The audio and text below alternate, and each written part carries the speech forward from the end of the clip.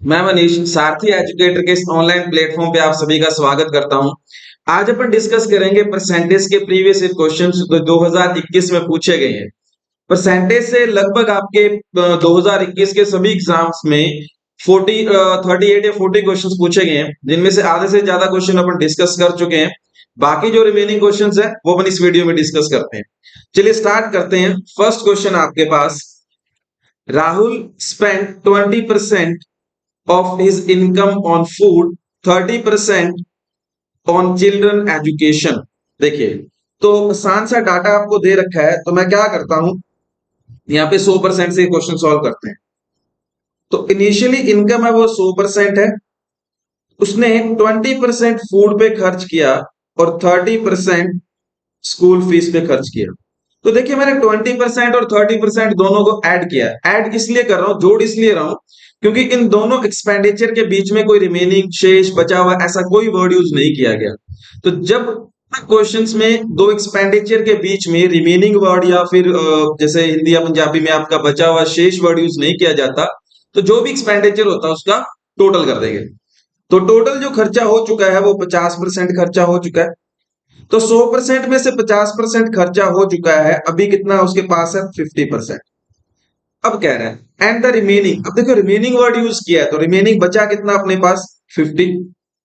कहता है 50 का जो 80% है वो किस पे खर्च करना? हाउस रेंट पे। तो 50 का 80% कितना होगा? 40। मतलब 40% उसने हाउस रेंट पे खर्चा किया। तो 50 में से 40 उसने हाउस रेंट पे खर्चा किया, बाकी कितना रह गया? 10। तो उसके पास जो सेविंग है, इनकम जो बच गई, वो कितनी बच गई? 10%। सवाल में यही पूछा गया था, इनकम लेफ्ट कितनी है, बाकी कितनी बची? तो थर्ड ऑप्शन आपका 10% इनकम उसके पास बच जाती है। क्लियर हुआ सभी को? आसान सा क्वेश्चन था आपका हेड कांस्टेबल 2021 का। ठीक है, चलिए नेक्स्ट क्वेश्चन नंबर 2 डिस्कस करते हैं। If the difference between two number is 30% of their sum, then what is the ratio of largest number and smallest number? कहता है दो नंबर है, जिन दोनों नंबर का जो अंतर है, डिफरेंस है, उन दोनों नंबर के टोटल के 30% के बराबर है। तो बड़ी संख्या और छोटी संख्या का रेशियो बताओ। तो देखिए, बहुत आसान सा सवाल है। आप जब भी इस तरह का सवाल आता है, पहले तो आप ये देखो 30% का फ्रैक्शन वैल्यू क्या होगी। तो आप कहोगे 30/100 करोगे, 3/10। अब मेरे से पूछा गया बड़े नंबर और छोटे नंबर का रेशियो क्या होगा। तो बड़ा नंबर क्या होगा, आप इन दोनों को जोड़ दीजिए, 10+3 13। छोटा नंबर क्या होगा? 10-3 मीन्स 7। तो बड़े नंबर और छोटे नंबर का रेशियो क्या है? 30:7। यही आपसे पूछा गया। ठीक है, सेकंड में इसका थोड़ा ये भी बहुत सबसे आसान तरीका तो यही है। सेकंड आप चाहो तो इसे ऑप्शन से भी कर सकते थे।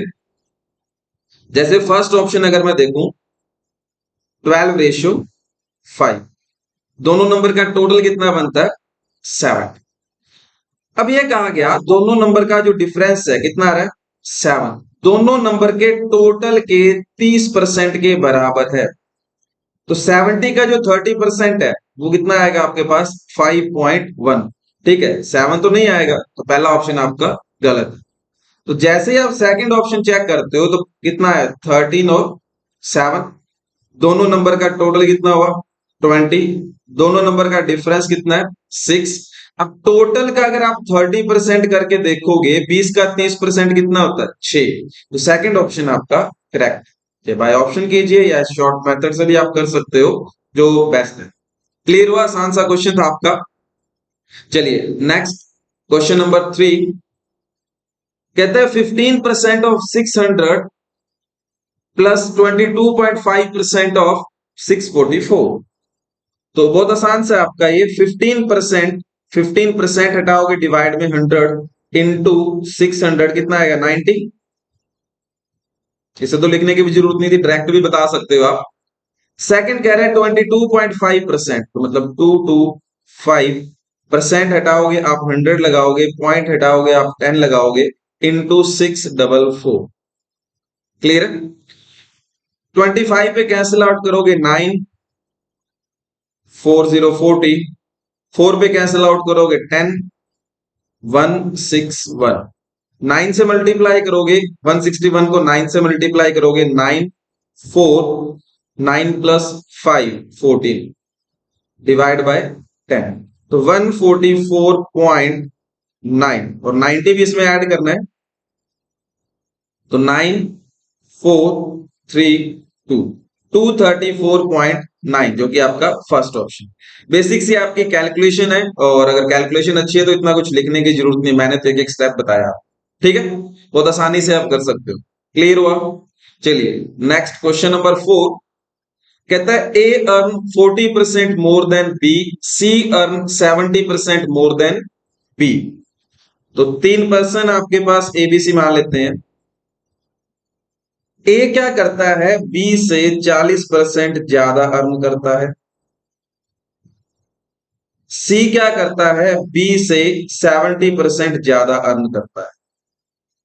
अब आप देखिए ए और सी दोनों को कंपेयर किससे किया जा रहा है, ए बी से, तो मैं क्या करता हूं, इसे अगर 100 मानता हूं तो ये कितना होगा 140, इससे 40 ज्यादा, और ये कितना होगा 70 ज्यादा, मतलब 17।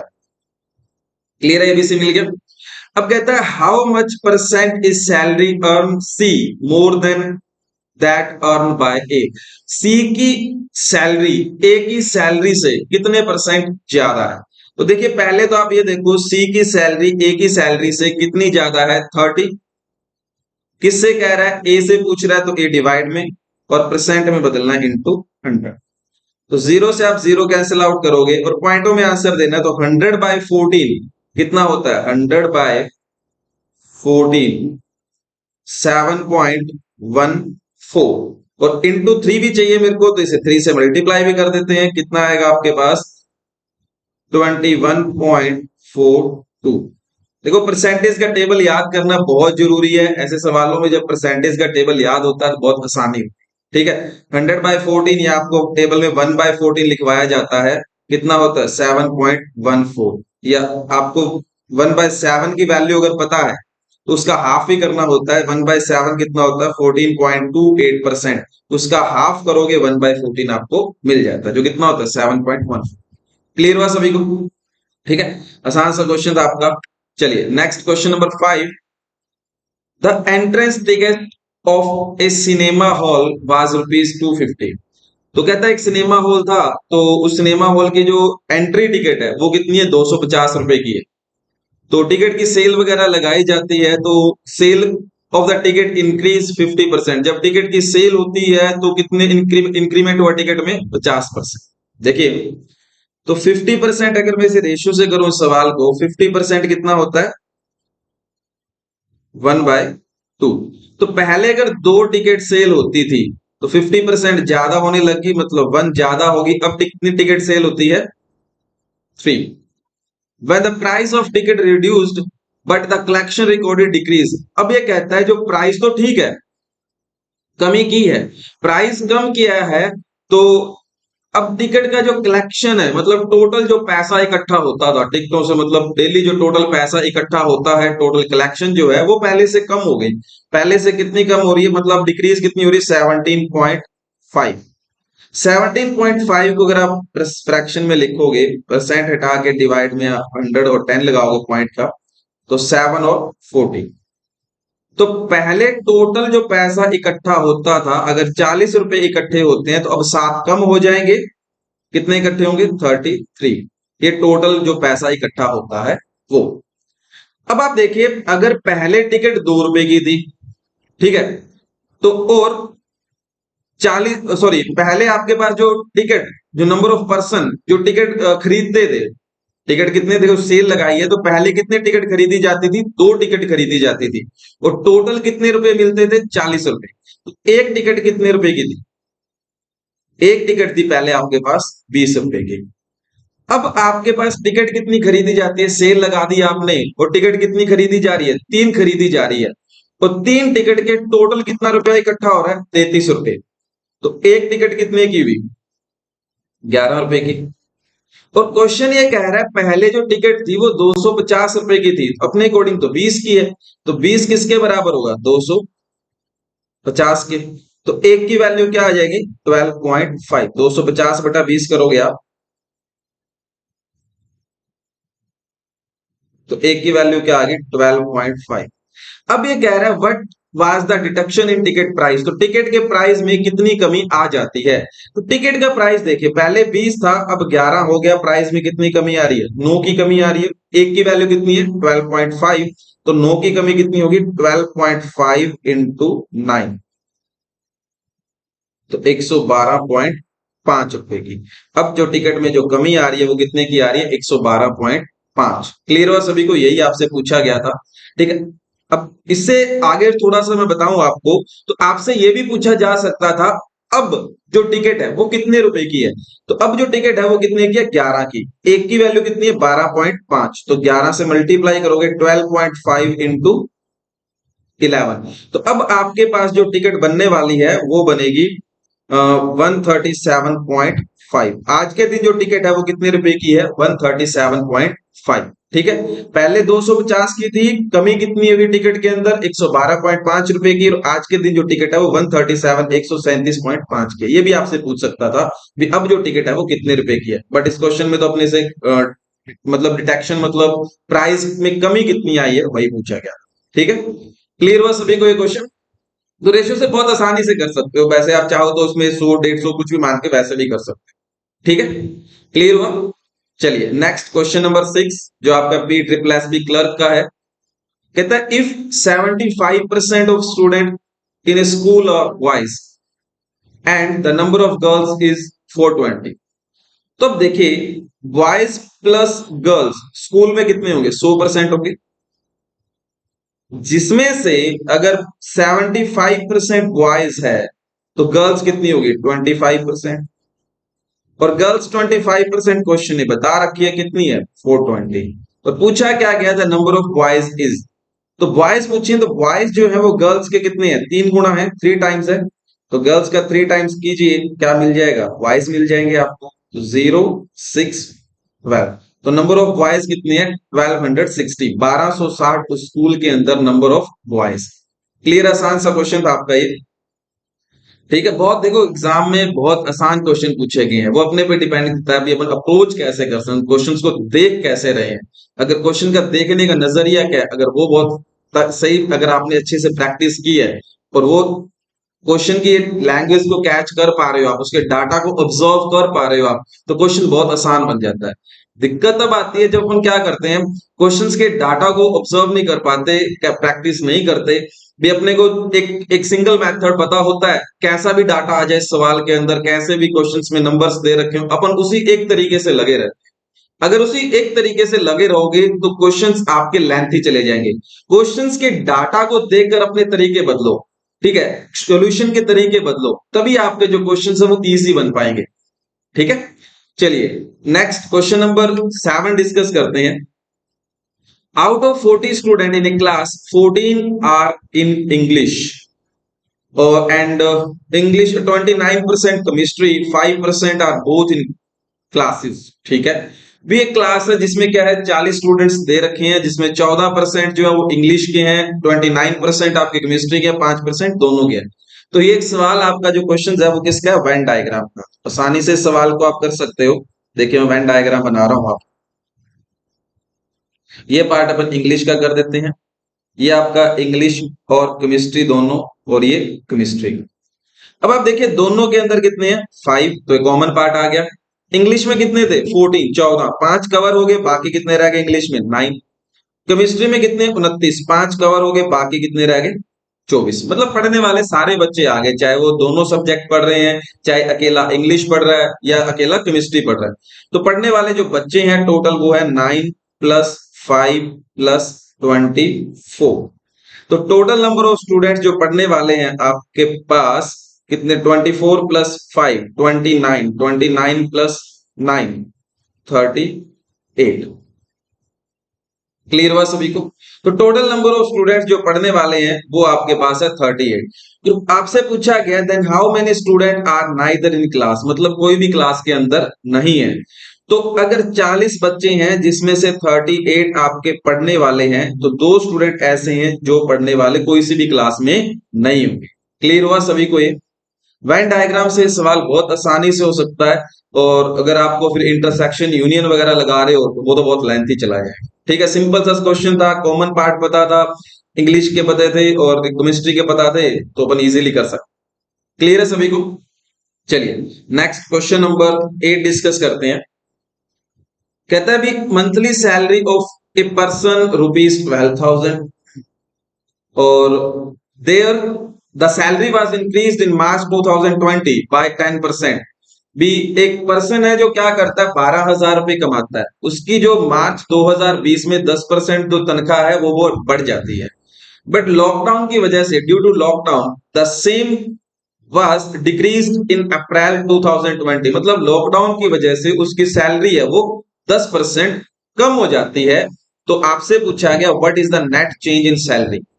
तो अगर इस सवाल को देखा जाए तो इस 12,000 का कोई रोल नहीं है, यहाँ पे हटा कोई रोल नहीं है। क्यों? क्योंकि उसने मेरे से परसेंटेज चेंज पूछा है, रुपए थोड़ी ना पूछे। हाँ, रुपए पूछेगा तो 12,000 की जरूरत पड़ेगी। ठीक है, मैं रुपए भी बता देंगे। देखिए अब आपको दिया गया कि पहले 10% सैलरी बढ़ जाती है, बाद में 10% कम हो जाती है, ओवरऑल चेंज बताओ। तो जब भी दो चेंज आपके सामने है, आपसे चाहो तो नेट चेंज का जो फॉर्मूला है उसे भी लगा के कर सकते हो, रेशियो मेथड से भी कर सकते हो, और भी बहुत सारे तरीके। नेट चेंज क्या होता है? A plus B plus minus A B upon 100। अगर कोई वैल्यू, इस फॉर्मूले में कैसे यूज करोगे, अगर कोई वैल्यू बढ़ रही है, इंक्रीज हो रही है, तो साइन किसका आता है? प्लस का। अगर कमी हो रही है तो साइन किसका आएगा? माइनस का। तो पहले 10% इंक्रीज तो +10, फिर क्या होता है, कम हो रहा है तो -10, फिर +10 -10 डिवाइड बाय 100। ये माइनस प्लस कैंसिल आउट हो जाएंगे। -10 +10 मल्टीप्लाई करोगे माइनस का 100 और डिवाइड बाय 100, जीरो से जीरो कैंसिल आउट करोगे। -1 आपको ये बता रहा है भी 1% क्या होगी, उसकी इनकम में कमी हो जाएगी, जो कि आपका क्या है? Third option. क्लियर हुआ? दूसरा आप चाहो तो इसे रेशियो मेथड से भी कर सकते थे, ये भी आसान है, वो भी आसान है। देखिए कैसे, फ्रैक्शन वैल्यू पे कर सकते हो। 10% कितना होता है आपके पास? 1/10। पहले अगर सैलरी 10 थी, बड़ी है तो एक बढ़ जाएगी, कितनी हो जाएगी? 11। अब अगर सैलरी पहले कितनी है? 10 है, अगर 10% की कमी हो रही है तो कितने की कमी होगी? 1 की। अब कितनी होगी? 9। तो 100 पहले थी सैलरी, अब कितनी होगी? 99। कितने की कमी आई? 1 की। तो 100 के पीछे 1 की कमी आ रही है, तो 1% क्या हो जाएगी? उसकी सैलरी में कमी हो जाएगी। क्लियर है? ठीक है, दो तरीके अपन ने डिस्कस किए। तीसरा, इस क्वेश्चन के अंदर आपसे अगर ये पूछा जाता है कितने रुपए की उसकी सैलरी है वो कितने रुपए कम हो जाती है, तो आप देखिए 12,000 थी, 12,000 का 1% कितना होता है? 120 रुपए। तो उसकी सैलरी जो है अगर रुपए में पूछा जाए तो कितनी कम होगी? 120 रुपए की कमी आ जाएगी। क्लियर है सभी को ये क्वेश्चंस? ठीक है, बट यहाँ पे जब सवाल में अपने से परसेंटेज चेंज पूछा है तो 12,000 का कोई रोल नहीं है। हाँ, रुपए पूछेगा तो 12,000 को यूज कर रहे हैं। ठीक है, चलिए नेक्स्ट क्वेश्चन नंबर 9 डिस्कस करते हैं। कहता है हरीश के 40% of the money to he had his wife. तो हरीश क्या करता है, अपनी जितने भी रुपए कमाता है उसका 40% अपनी पत्नी को देता है। तो इनिशियली डाटा बहुत आसान से दे रखे हैं, 40%, 20%, तो मैं 100% ही मान लेता हूं।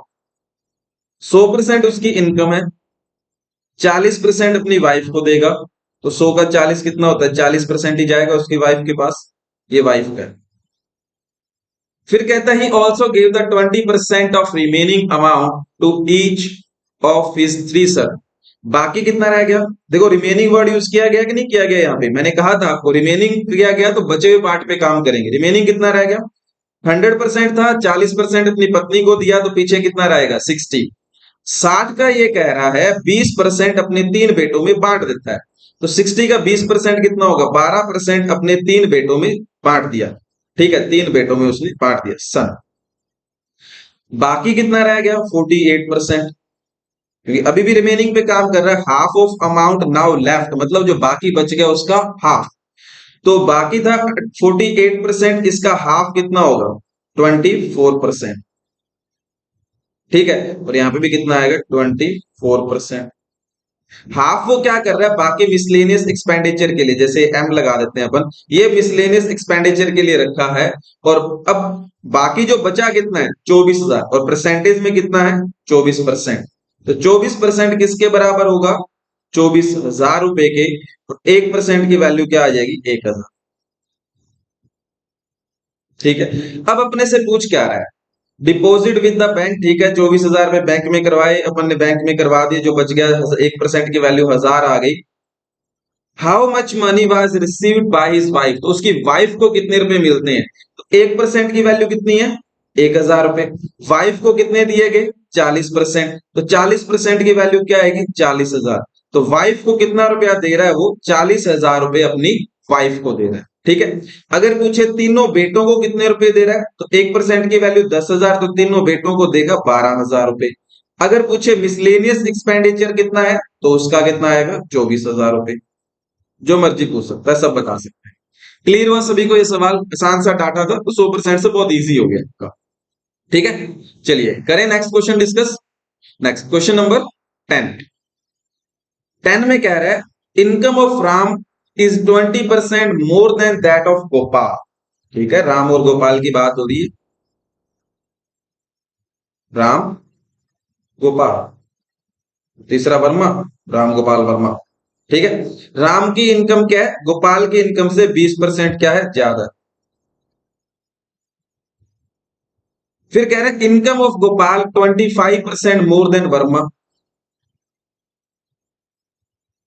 गोपाल की इनकम वर्मा की इनकम से 25% ज्यादा है।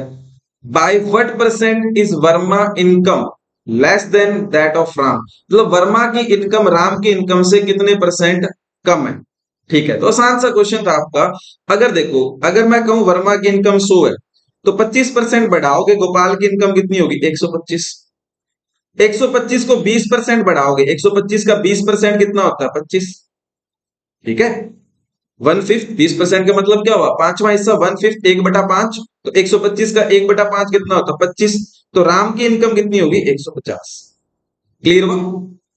अब कहता है वर्मा की इनकम राम की इनकम से कितने परसेंट कम है, तो पहले तो देखो चेंज पूछ रहा है, तो वर्मा की इनकम राम की इनकम से कम कितनी है, 50।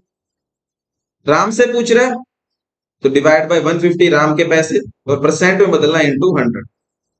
तो 50 बाय 153, 100/3 कितना होता है, 33, 1/3%। कम है, वर्मा की इनकम राम की इनकम से 33, 1/3% क्या है, कम है। और वैसे आसान सा सवाल है, भी आप देखिए, भी वर्मा की इनकम कम कितनी है, 50, और जो 150 का क्या है, तीसरा हिस्सा है, तो लिखने की जरूरत भी नहीं थी, ये वाला पार्ट आप डायरेक्ट बता सकते। क्लियर, आया समझ में सबको। चलिए नेक्स्ट क्वेश्चन नंबर 11 डिस्कस करते हैं। कहता है out of the 3 papers with A total, 3 paper है, मान लेते हैं पहला पेपर क्या है, ए, दूसरा पेपर क्या है, बी, तीसरा पेपर क्या है, सी। पहला पेपर 300 नंबर का, दूसरा पेपर 400 नंबर का, तीसरा पेपर 500 नंबर का। लिख दिया। A candidate secure 45% marks in first, पहले पेपर में उसके 45% नंबर आते हैं। ठीक है, जो कितने होंगे, 135। दूसरे पेपर में कितने, 55% नंबर आते हैं, जो होंगे आपके 400 के 55%, 220। अब आगे क्या कह रहे हैं, what must be score in third paper so that overall average become 50%। कहता है तीसरे पेपर में कितने परसेंट नंबर आने चाहिए, भी तीनों पेपर को मिलाकर देखा जाए, ओवरऑल तो उसे 50% नंबर मिलने चाहिए। ठीक है, तो तीनों पेपर कितने नंबर के हैं, तो तीनों पेपर आप देखिए 500, 400, 900 और 300, 1200 के हैं। तो अगर तीनों पेपर का टोटल उसका 50% आना चाहिए, मतलब 600 नंबर आने चाहिए। ठीक है, तो मैंने देखा पहले 2 पेपरों में कितने नंबर आ चुके हैं, तो पहले 2 पेपरों में नंबर जो आए हैं 5, 5, 3, 355 नंबर पहले 2 पेपर में ला चुका है। तीसरे पेपर में फिर कितने नंबर लाने पड़ेंगे उसे, भी टोटल उसका 600 बन जाए, तो कितने नंबर और चाहिए, 600 माइनस 355। ठीक है, तो 5, 4, 2। तीसरे पेपर में उसे 245 नंबर लाने पड़ेंगे, अगर उसे ओवरऑल तीनों पेपर में 50% नंबर चाहिए। तो कितने परसेंट लाने पड़ेंगे, तो देखिए तो 245 नंबर चाहिए कितने में से? 500 में से, और परसेंट में बदलना इंटू 100। 0 से 0 कैंसिल आउट करोगे, 5 पे कैंसिल आउट करोगे, 4 9। तो तीसरे पेपर में उसे लाने पड़ेंगे 49%, अगर तीनों पेपर में उसे 50% चाहिए। ठीक है, तो देखिए नंबर अपने को गिवन थे, पहले दो के परसेंटेज भी गिवन थे तो मैंने निकाल लिए, ओवरऑल भी दे रखा था उसने, कितना चाहिए? 50% मतलब 600। तो ये नंबर भी अपन आसानी से पता लगा आगे 245। तो 500 में से अगर 245 नंबर आ रहे हैं तो कितने नंबर आए? 49%। क्लियर? चलिए नेक्स्ट क्वेश्चन नंबर 12, कहता है ए इज 190% ऑफ बी। ठीक है, ए और बी, ए बी का 190% है, अगर ये 100 है तो 100 का 190 कितना होता है? 190। ठीक है, अरे 100% है तो 100% का 190 कितना होगा? 190 ही होगा। B is what percent of A plus B, A plus B कितना आ गया? 290। बी जो है वो ए प्लस बी का कितना परसेंट है? बी कितना है? 100। ए प्लस बी का पूछा गया है तो डिवाइड में 290 ए प्लस बी और इंटू 100। ठीक है, तो एक जीरो से एक जीरो कैंसिल आउट हो जाएगी आपके पास, तो 100/29, 100/29, 100/29 नियर अबाउट आपकी जो वैल्यू रहती है वो रहती है 3.4, 3.4 रहती है। ठीक है, और मेरे को इसे 10 से मल्टीप्लाई भी करना पड़ेगा यहाँ पे, तो 3.4 को करूंगा तो मेरा आंसर रहेगा 34 पॉइंट समथिंग, तो जो आपका एक ही ऑप्शन है। ठीक है, तो आंसर क्या आएगा? 34.48। क्लियर है सभी को? क्योंकि आप ये देखिए 100 अगर आप 30 करते हो, जीरो से जीरो कैंसिल आउट करोगे 10/3। ठीक है, तो या फिर 100/30 पे कर सकते हो, ये आएगा 3.33। ठीक है, फ्रैक्शन वैल्यू क्या आ रही है? 3.33। तो आपके पास जो 29 की वैल्यू जो होगी 1/29 या 100/29 कहोगे, वो 3.33 से ज्यादा ही होगी थोड़ी सी, तो कितना लिख लिया मैंने? 3.4। तो अगर 100/29 3.4 है और 10 से मल्टीप्लाई करोगे तो कितना बनेगा? 34 ही बनेगा, जो कि आपका क्या है? First option. क्लियर है सभी को? ठीक है, चलिए जैसे आपको परसेंटेज का टेबल एटलीस्ट 30 तक आपको, अगर पेपर, अगर ऑनलाइन जो आपके पेपर हो रहे हैं, तो ऑफलाइन पेपर में तो देखिए आपका अगर वन फ्रैक्शन वैल्यू 1/20 मतलब 20 तक की फ्रैक्शन वैल्यू के अकॉर्डिंग आप कर सकते हो, 1/20 तक काम चल जाता है। बट अगर ऑनलाइन पेपर होते हैं तो एटलीस्ट आपको 1/30 तक की वैल्यू पता होना चाहिए। 1/30 फ्रैक्शन वैल्यू 1 से लेके 1/30 तक की आपकी फ्रैक्शन वैल्यू आपको पता होनी चाहिए। ठीक है, चलिए नेक्स्ट क्वेश्चन नंबर 13 डिस्कस करते हैं। 40% ऑफ 160 इज एक्स। तो बहुत आसान सा क्वेश्चन है। तो 160 का जो 40% कितना होगा? 64। 160 इंटू 40/100 कितना है? 64। फिर कहता है 40% ऑफ 120 कितना होगा? 48। 120 का 40% कैंसिल आउट करो, कितना है? 48। तो जो 40% ऑफ 160 है वो 40% ऑफ 120 से कितना ज्यादा है? 16 ज्यादा है। कितना ज्यादा है? 16। तो यही आपसे पूछा गया था, सेकंड ऑप्शन। डिफरेंस ही पूछ रहे हैं। क्लियर है? चलिए next question number 14, the petrol price shot up by 8%। मतलब जो पेट्रोल का प्राइस है वो कह रहा है अभी जो हाइक हो चुका है, प्राइस इंक्रीज हो चुका है, 8% प्राइस बढ़ चुका है। The price of petrol before hike. Petrol का प्राइस बढ़ने से पहले जो था वो 28 रुपए पर लीटर था। संगीता 2400 किलोमीटर ट्रेवल करती है हर एक महीने अपनी कार से, और उसकी कार की जो माइलेज दे रखी है वो 18 किलोमीटर पर लीटर, मतलब 1 लीटर में उसकी कार 18 किलोमीटर जाती है। ठीक है, आपसे पूछ रहा है find the increase in the expenditure per month. तो उसका जो हर महीने जो खर्चा है वो कितने परसेंट बढ़ जाएगा, वो आपसे पूछा है। देखिए, तो पहले तो मैं देखता हूं महीने का कितने लीटर पेट्रोल लगता है उसका। तो 2400 किलोमीटर वो जाती है, 1 लीटर में 18 किलोमीटर, तो 24 के लिए 2400/18 लीटर पेट्रोल लगेगा। क्लियर? पहले खर्चा कितना था? ये लीटर पेट्रोल आ गया, 2400 किलोमीटर जाती है, 1 लीटर में 18 किलोमीटर, तो 2400/18 करोगे, आपको ये पता लग गया महीने में तेल कितना लगेगा, पेट्रोल कितना लगेगा।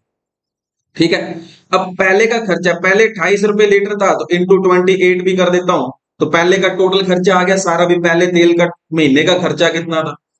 अब कह रहा है भी मेरे को ये बताओ खर्चा बढ़ कितना गया। तो जो पहले जितना खर्चा करती थी उसका 8% बढ़ गया, तो इनटू क्या कर देंगे 8/100।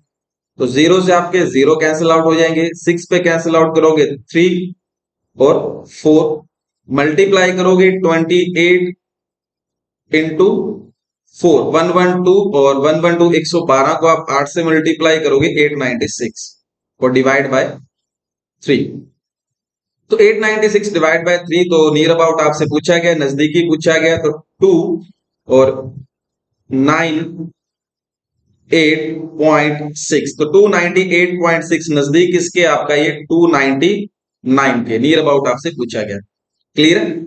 ठीक है, तो आसान सा क्वेश्चन था, 1 लाइन का क्वेश्चन था, बस लैंग्वेज ही बड़ी दिखाई दे रही है इस क्वेश्चन में, क्योंकि आप देखिए 2400 किलोमीटर अगर कवर करना है, 2400 किलोमीटर अगर कवर करना है और 1 लीटर में 18 किलोमीटर जाते हो, तो डिवाइड बाय 18 करो, आपके पास ऑयल मिल गया। कितने लीटर महीने का खर्च करते हो लीटर, तो रुपए लीटर का पता है, तो आप रुपए से गुणा करोगे तो टोटल खर्चा भी आ जाएगा। तो इंक्रीज पूछा गया तो 8% उसने बोला, वो मल्टीप्लाई करने थे सारे का।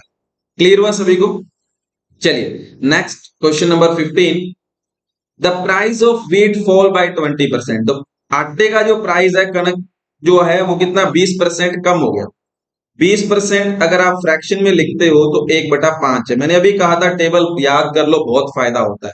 20/100 करोगे 1/5, तो कम हो रहा है। पहले 5 था, एक की कमी आ गई, जो प्राइस है वो 5 से कितना हो गया 4। तो price is inversely proportional to क्या होता है क्वांटिटी। अगर प्राइस बढ़ता है तो क्वांटिटी क्या होती है कम मिलेगी, अगर प्राइस कम होगा तो क्वांटिटी क्या मिलेगी ज्यादा, जब आपने एक्सपेंडिचर कांस्टेंट रखा है। ठीक है, तो यहाँ पे एक्सपेंडिचर कांस्टेंट है तो मैं अप्लाई कर सकता हूं। तो क्वांटिटी क्या होगी, कंजप्शन क्या होगी 4 से 5। अब कहता है पहले आप 20 किलो कंजप्शन करते थे, तो पहले 4 4 किसके बराबर है 20 किलो के। एक की वैल्यू क्या है 5 किलो, तो 5 की वैल्यू क्या आएगी 25 किलो। तो अब कितनी कंजप्शन कर रहे हैं 25 किलो कंजप्शन कर रहे हैं। क्लियर हुआ सभी को? ठीक है, तो सेकंड आप चाहो तो इस क्वेश्चन को परसेंटेज से कर सकते हो, ठीक है, वो थोड़ा लेंथी रहेगा इसमें, और अगर रेशियो से करते हो आसान। ठीक है, चलिए नेक्स्ट क्वेश्चन नंबर अपन डिस्कस करते हैं 16। कहते हैं person save 6% of his income. तो इनकम कितनी है 100 मान लेते हैं, कमाया 100, बचाया 6%, 100 का 6% कितना होता है 6 ही होता है, खर्चा किया 94। अब कहता है 2 ईयर लेटर, 2 साल बाद उसकी इनकम क्या होती है 15% बढ़ जाती है। ठीक है भाई, तो 100 का 15% इनकम बढ़ गई, 15 रुपए इनकम बढ़ गई, तो अब हो गई इनकम 115। ठीक है, और ही सेविंग रिमेन सेम, बचत में कोई फर्क नहीं आता, बचत उतनी की उतनी है, पहले 6 थी तो अभी भी कितनी है 6 ही है। ठीक है, और अब उसका खर्चा अगर आप देखोगे 115 कमाता है 6 बचाता है, तो खर्चा कितना हो गया उसका 109। और क्वेश्चन में पूछ रहा है find hike in percentage expenditure, उसका खर्चा कितने परसेंट बढ़ गया।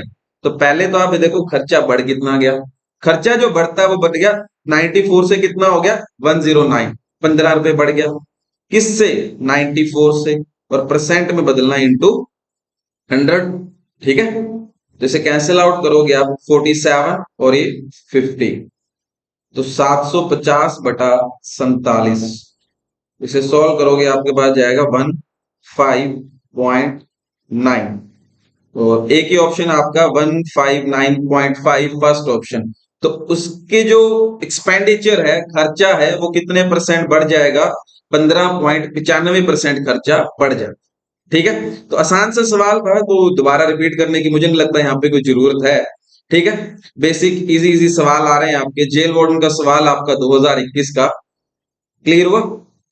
चलिए नेक्स्ट क्वेश्चन नंबर 17 डिस्कस करते हैं। कहते हैं Rajan got 76% marks and Sonia got 480 marks in a test. तो अब ये नहीं पता अपने को पेपर कितने नंबर का था, तो जितने भी नंबर का पेपर था उसका 76% राजन ले गए। ठीक है, तो राजन को जो मिलता है वो 76% मिलता है, सोनिया को बेचारी को 480 मिलता है। ठीक है, the maximum marks of the test is equal to the marks obtained by Rajan and Sonia together. Test जो पेपर है ना, वो कितने नंबर का हुआ? राजन और सोनिया के टोटल नंबर है उसके बराबर मैक्सिमम मार्क्स, पेपर के मतलब कुल अंक आ जाएंगे, जो पेपर जितने नंबर का था वो मिल गए।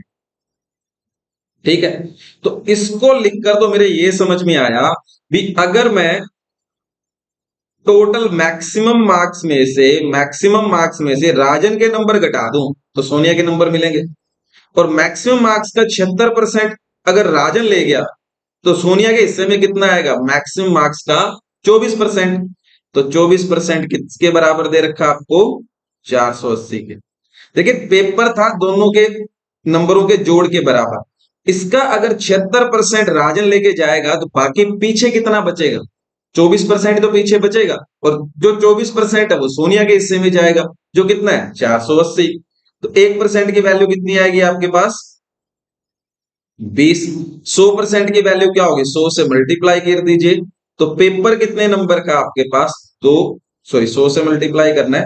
तो पेपर कितने नंबर का था? मैक्सिमम मार्क्स क्या था? 2000। क्लियर हो? ठीक है, सिर्फ आपको ये देखना था बचा हुआ मार्क्स जो 24% बनता है। ठीक है, 76% राजन ले गए। क्लियर हो सभी को ये क्वेश्चन?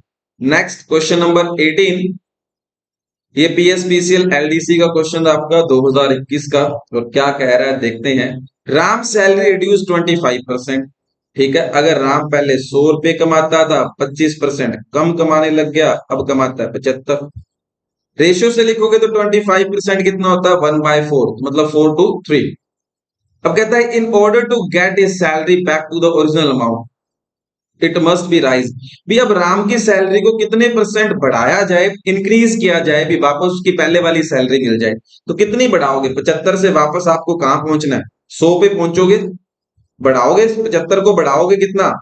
25 बढ़ाओगे तभी 100 पे पहुंचोगे। तो कितना बढ़ाया 75 को? 25। किसको बढ़ा रहे? 75 को, और परसेंट में बदलना इंटू 100। तो 25 और 75 100/3 कितना हो गया? 33.33%। क्या करना पड़ेगा? राम की सैलरी को अगर बढ़ा दोगे तो वापस आप क्या करोगे? इनिशियल सैलरी जो है वहां पे आप पहुंच जाओगे। क्लियर हुआ सभी को ये? ठीक है, तो ये आपके जो रिमेनिंग क्वेश्चन थे वो मैंने सारे आपके डिस्कस किए। तो परसेंटेज में जितने भी क्वेश्चन 2021 में पूछे गए थे वो मैंने सारे के सारे आपको डिस्कस कर दिए। ठीक है, 2021 के सभी पेपर्स के क्वेश्चन आपके डिस्कस हो चुके हैं। नेक्स्ट लेक्चर में अपन मिलेंगे, नेक्स्ट क्लास में मिलेंगे नए चैप्टर के साथ, प्रीवियस ईयर क्वेश्चन के साथ। Okay, thank you.